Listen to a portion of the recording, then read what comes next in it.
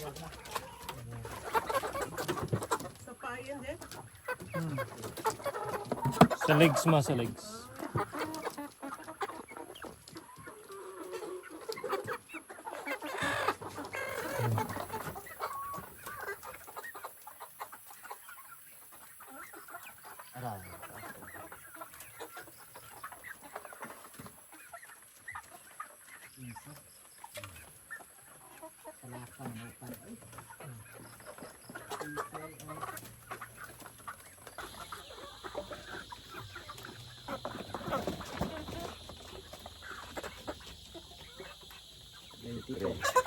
Ay, 34 din. 34.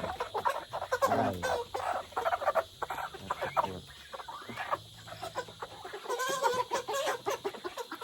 34. Ano na kayo dyan? Gusto nyo lang na ba? Hindi kayo palabas.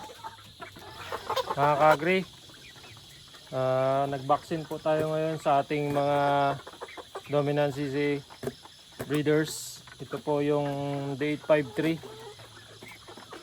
o Rhode Island Red po. Bali ngayon mga ka-agri, nag-inject tayo ng anti-coryza. So ito po yung ginamit natin na pang-inject. Ito pong injector or vaccinator po ang tawag. So ito mga ka-agri yung ginawa natin.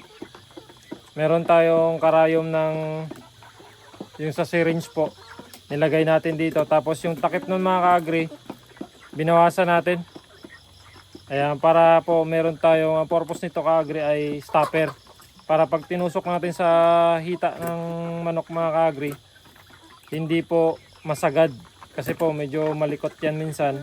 Baka ma-damage natin, mabaon natin ng gusto. May posible pong mapila yung ating mga manok. So ito po yung kahalagaan ng stopper natin mga ka-agri. Ayan, tapos 0.5 lang ka-agri yung ating vaccine.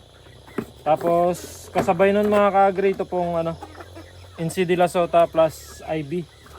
Ayan, so 11 weeks na sila mga ka-agri. Vaccination natin ngayon. So ito na po sila. Healthy po lahat mga ka-agri. So napakahalaga po ng vaccination sa ating mga alagang manok. Mapaanong lahi man yan, para po maiwasan natin yung virus o sakit na posibleng pumatay sa kanila, no mga ka-agri. Bali itong anti-coryza natin mga ka-agri, pwede po tayong mag-inject sa kanilang pitso. Pwede rin po sa legs. Basta po sa muscle natin to mga ka-agri inject. So ingat lang po tayo sa pitso. Kasi po pagka nagkamali tayo doon, posible pong mamatay yung manok natin. Kaya ako po sa legs po talaga ako nag-i-inject nito kasi mas gamay ko po yung sa legs kasi posible lang silang mapilay pero hindi sila mamamatay, no? So yun lang mga ka-agri. Kung expert naman kayo or talagang meron naman, pwede naman sa pitso. Yan dito po. Pero ako ka-agri sa legs po tayo nag-i-inject. Ayan. So yung NCD Lasota naman mga ka-agri, eye drop lang naman po yun. Pwede po sa mata, sa bibig at sa ilong. Yun. At isa pa rin pala mga ka-agri sa pag-dispose po ng ating vaccine. So dito po maglalagay na po tayo ng Sondrox. Yun po yung pinapang disinfect natin dito mga ka-agri.